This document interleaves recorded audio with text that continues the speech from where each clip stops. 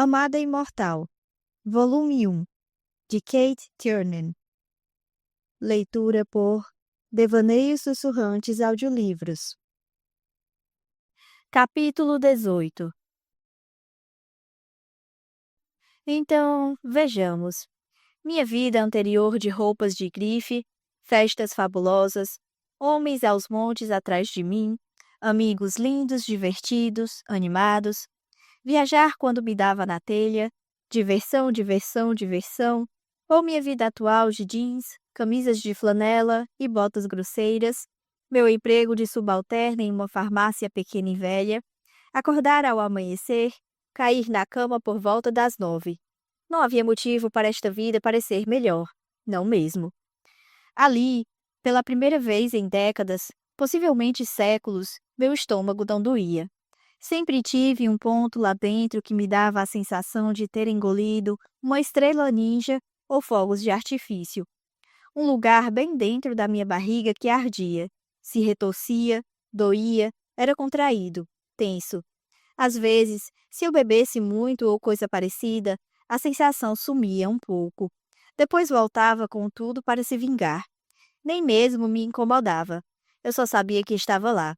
Eu convivia com essa sensação.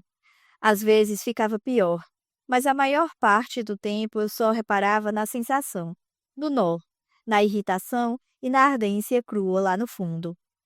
Naquela manhã, percebi que eu mal sentia aquilo e não tinha me automedicado em semanas, desde que cheguei à casa de reabilitação de River. Foi chocante me dar conta de que eu estava em River's Edge havia 5 semanas. Ao mesmo tempo, parecia tudo novo e que eu estava lá havia meses ou anos. Tudo estava diferente. Eu tinha mais aulas de verdade agora, com Anne, às vezes com Asher, com Solis ou a própria River. Eu estava aprendendo meditação, astronomia, botânica, geologia, tudo o que se possa imaginar. Se fosse algo árido e incompreensível, eles estavam jogando em cima de mim. Estava aprendendo sobre plantas, e não só sobre as plantas da fazenda. Havia tantas plantas, ervas e flores com propriedades específicas, tanto físicas quanto mágicas, e elas podiam ser usadas em feitiços. Há diferentes formas de magic que usam plantas, ou metais, ou gemas e cristais, ou óleos, ou velas. Pessoas diferentes se adequavam melhor a diferentes tipos de magic. Ou seja, certo tipo de magic fluía melhor com a personalidade delas. Então os feitiços davam melhores resultados se elas usassem determinada planta ou cristal, por exemplo. Eu ainda não sabia o que funcionava melhor para mim. Estava aprendendo que basicamente tudo ao meu redor, tudo no mundo, estava conectado à magic de alguma forma e, portanto, conectado a mim. Voltaram a tocar nos conceitos das 8 casas, e tentei não demonstrar medo e nem desmaiar quando falavam da Islândia ou sobre a casa de Ufur. Eu via mudanças. Mesmo aos meus olhos, eu parecia menos doente. É claro que minha atração natural ficava completamente obscurecida pelos calos nas minhas mãos, poeira e palha nos meus cabelos, roupas masculinas e pelo perpétuo aroma de titica de galinha que me envolvia, mas minha pele e meus olhos pareciam mais saudáveis. Eu estava dormindo. Em vez de 4 ou 5 horas de sono agitado, eu agora desmaiava cedo e dormia como uma pedra drogada até a hora de acordar. Eu estava mais forte fisicamente. Conseguia levantar caixas de madeira e papelão na McIntyres, empurrar vacas até o local onde era tirado o leite e levantar as panelas maiores e mais pesadas da cozinha. Meus sonhos não eram ruins. Eu geralmente não conseguia me lembrar deles, mas não estava tendo pesadelos constantes e não estava acordando enjoada e exausta. Ao mesmo tempo, essa vida saudável estava começando a dar a sensação de que ia me matar. Ha, ha, ha. E embora eu estivesse vendo mudanças, o que eu estava vendo era diferença. Não achava que estivesse vendo progresso. Era um domingo. Eu estava numa aula com River, trabalhando com diferentes metais. Tudo, não só meu amuleto, tanto natural ou feito pelo homem, tem energia, uma espécie de vibração. Eu sei, é super New Age, super terapia do toque. Ei, só estou relatando como é. Eu estava aprendendo a me tornar mais ciente das vibrações e energias e como alinhar as minhas com as outras. Era parte da experiência Tati. Criar força e magia ao trabalhar com as coisas, em vez de simplesmente sugar a força delas até morrerem. É muito mais fácil sugar a força das outras coisas e canalizá-la do que desenvolver um feitiço branco e trabalhar dentro de todas as limitações que temos que estabelecer. As limitações com as quais nós, imortais das trevas, nunca nos importamos se fizermos alguma magia. Então eu estava sentada à mesa em uma das salas de aula, tocando em pedaços de ferro, cobre e prata e mal captando qualquer coisa. E é claro que os outros, Jess, Daisuke e Rachel, estavam todos vibrando com o êxtase de estarem tão afinados com sua magia que os metais praticamente cantavam para eles. E de repente tudo aquilo foi demais. Isso é um saco! Falei e bati meu pedaço de cobre na mesa. Todo mundo deu um pulo. River se aproximou e colocou a mão no meu ombro. O que foi? Isso! Sacudi minha mão em direção ao cobre, à sala, ao prédio todo. Não estou captando nada. Aqui não é meu lugar. 5 semanas antes eu realmente pensaria aquilo. Agora eu estava com tanto medo de que fosse verdade e não queria que fosse. Não mais. River olhou para mim e ela parecia tão sólida. Esperei que ela tentasse me acalmar, me guiar pelo processo de novo, talvez me passar algum sermão, e me preparei. Em vez disso, ela pareceu olhar pelos meus olhos até minha alma, esfarrapada e mal aproveitada, e perguntou: O que você quer, Nastásia? Quero entender esse troço de vibração de metal. Falei, pensando, obviamente. Ela balançou a cabeça. O que você quer? Era uma pergunta capciosa. Apertei os olhos, pensando rápido. Quero saber essas coisas? O que você quer? River me olhava sem hesitação, e eu tinha uma vaga noção de uma sala cheia de espectadores fascinados, mas nenhum deles provavelmente jamais tivesse agido assim. Talvez. Quero me sentir melhor? Não. O que você quer de verdade? Certo. Agora eu estava ficando irritada. Que porra ela estava querendo dizer? Seria algum tipo de estupidez de terapia de reabilitação? Quero me sentir melhor. Não. O que você quer de verdade? As palavras saíram com força. Não sei! Gritei, ficando de pé tão rápido que meu banco caiu. River não estava chateada comigo. Seus olhos castanhos estavam calmos e receptivos quando ela me olhou. Ela fez um aceno positivo com a cabeça e afastou a mão. Depois se sentou de volta à própria mesa. Eu queria sair da sala batendo os pés, descer o corredor e voltar para a casa grande. No andar de cima, eu encheria a grande banheira e entraria nela, deixando que as lágrimas rolassem pelas minhas bochechas e se misturassem à água. Isso era o que eu queria fazer. O que fiz foi pegar meu banco. Meu rosto estava quente. Eu me sentia como um bebê enorme. Coloquei o banco no lugar com raiva e me sentei nele. Decidi que o cobre não estava em harmonia comigo, então tentei um pedaço grande de prata bruta, retorcida, macia e não refinada. Sabendo que todos estavam me observando, fechei os olhos e controlei a respiração. Meus olhos estavam quentes e meu nariz tinha aquela sensação de entupido que se tem antes de começar a chorar. Mas me controlei. Chorar em público depois daquela cena seria demais. A prata era pesada e macia, e logo ficou quente na minha mão. Eu me concentrei nela tanto quanto pude, nem tanto, enquanto tentava, sem sucesso, limpar a mente de todos os pensamentos. Eu sentia vibrações? Não, não podia dizer que sentia. Nunca usei prata. Eu achava que parecia fria demais contra a pele. Minha mãe também nunca tinha usado. Ince usava. Ince usava muita prata, o tempo todo. Correntes, pulseiras, um brinco, abotoaduras. Fivelas de cinto, botões, o que mais você imaginar. Se um objeto pudesse ser feito de prata, ele usava. Senti River parada perto de mim.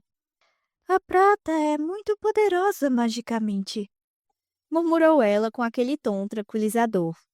É associada à lua, à energia feminina e à cura.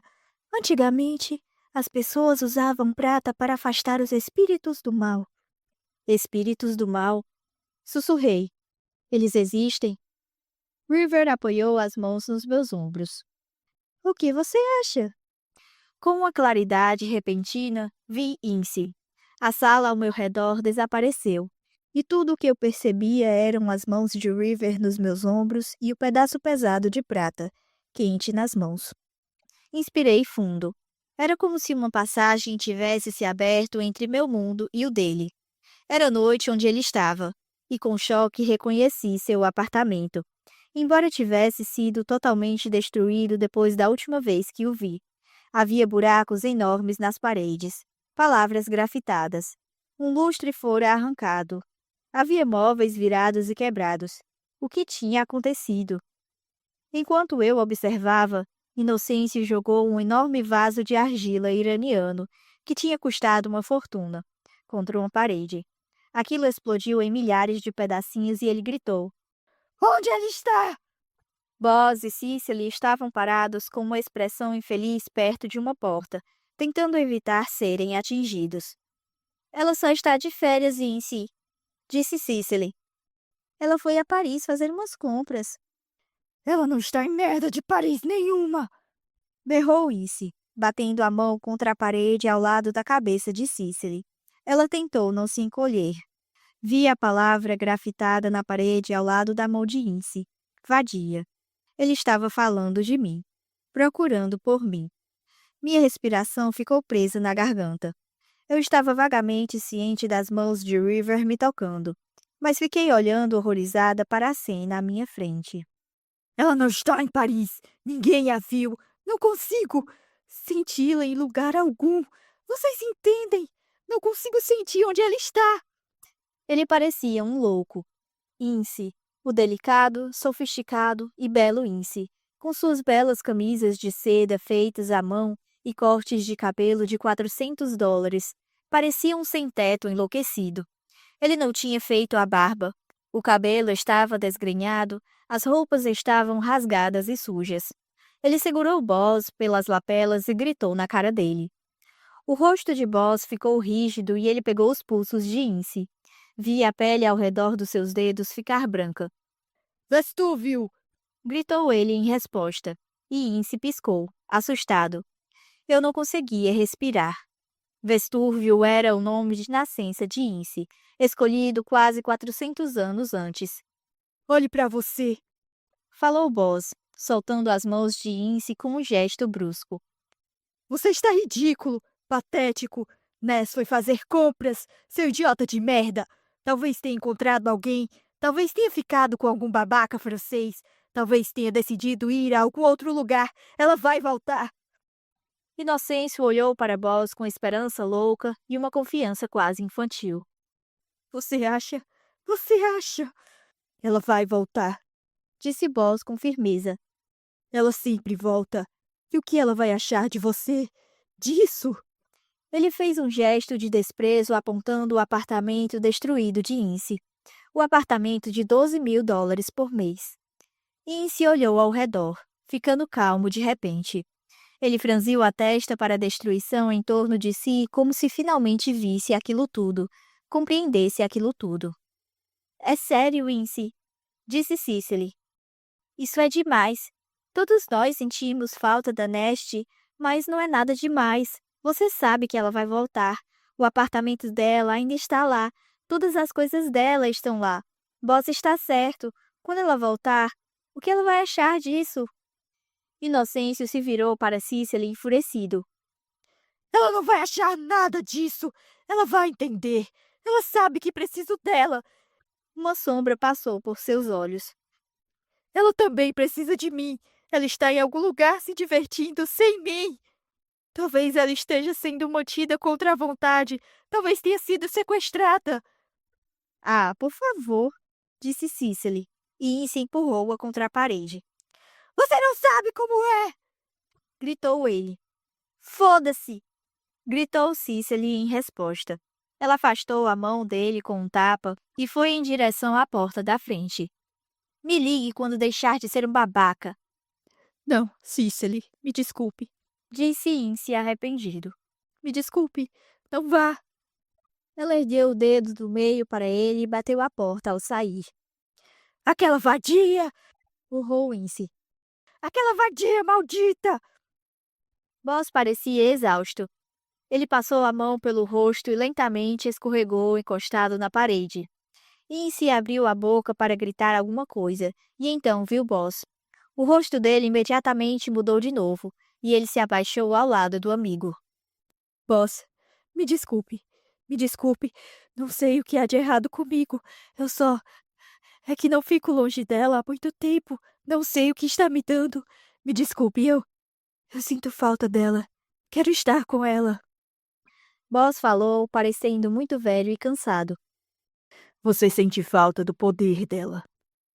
Dei um pulo, sentindo os dedos de River se afundarem nos meus ombros.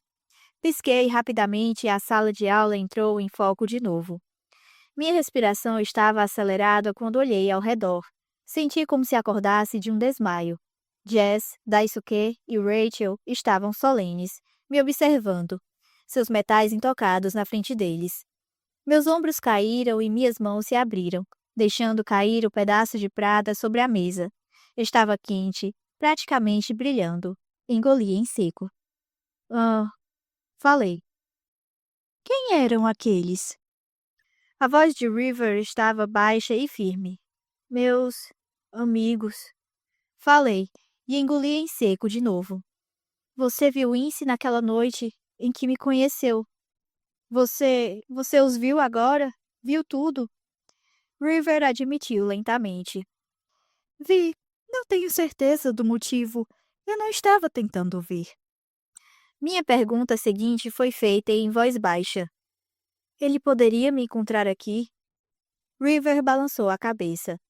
Vou dar um jeito para que ele não consiga. Podemos dar um jeito. Você vai ficar escondida enquanto estiver em West Loving. Ah, que bom. Falei, a voz falhando. É claro que eu não me livrei com tanta facilidade. Naquela noite, depois do jantar, Solis, Asher, River e Anne me interceptaram na sala de jantar. Depois de ter a terrível visão de Ince, mal registrei a presença de Rain no jantar. Sim, há diferentes níveis de horror, de medo, de dor. Tudo é relativo.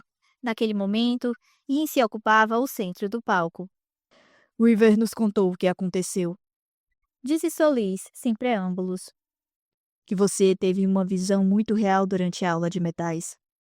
Concordei, desejando, não pela primeira vez, não ser tão especial. Eram amigos seus? Perguntou Solis. Eram. Eu costumava passar muito tempo com eles. Por que Inocêncio ficaria tão perturbado por você ter sumido? Perguntou Anne. Não sei. Falei com sinceridade. Ele era. Fazíamos quase tudo juntos. Mas achei que era coisa normal de melhores amigos. Pensando melhor agora, acho que ele era meio dependente de mim. Do mesmo jeito que dependia de ar, por exemplo. Você acha que ele poderia machucar você? Ele tem um poder mágico forte? Asher parecia preocupado. Eu diria não para as duas coisas. Falei pensando. Jamais achei que ele poderia me ferir. Agora, não sei. Ele está muito perturbado. Ele é forte? Perguntou River. Ela queria saber em termos de habilidade mágica. Mais uma vez, eu diria que não. Falei. Mas logo antes de eu ir embora, ele usou um feitiço que quebrou a coluna de uma pessoa. Deixou-o aleijado, só com magique. Eu não tinha ideia de que ele sabia fazer aquilo. O que o outro homem quis dizer quando falou que Inocêncio sentia falta do seu poder? Os olhos de River estavam sérios e gentis. Boss, não sei. Falei de novo. Nunca fiz nenhuma magique grande. Você já viu que isso provoca em mim. Não uso magique, nunca. Eu não tinha ideia de que tinha qualquer habilidade. Não sei o que Boss quis dizer. River compreendeu e me deu um tapinha nas costas. Um pequeno ruído me fez virar e vi a porta da cozinha se mexendo de leve. Nell e Charles receberam a tarefa de limpar a cozinha depois do jantar. Nell teria escutado? Vou andar com você até o quarto, Disse River ficando de pé. vou preparar um chá para você. Subimos juntas e o caminho parecia familiar. O corredor parecia com o de um lar. O que tem no chá? Perguntei. Alguma coisa para me fazer dormir ou não sonhar? River sorriu. Nada abertamente mágico, Disse ela enquanto eu abria a porta do meu quarto. sem contar as propriedades mágicas das próprias plantas. O ingrediente principal é nepeta. Tem um efeito relaxante nas pessoas, e também camomila e valeriana. Nada de feitiços e nem de drogas feitas pelo homem. A terceira porta depois da minha se abriu. A porta de Ray. Ele colocou a cabeça para fora, viu que era River e eu e fez um gesto brusco com a cabeça. Ouvimos a porta dele fechar e eu também fechei a minha. River fez o chá e ficou comigo alguns minutos. Acho que querendo se certificar e me certificar de que eu estava bem. Quando estava saindo, ela disse: Lembre-se, amanhã é um novo dia. Era uma coisa estranha, banal para se dizer, mas eu estava cansada demais para pensar o que diabos aquilo significava. O sono caiu sobre mim como uma onda, e eu apaguei.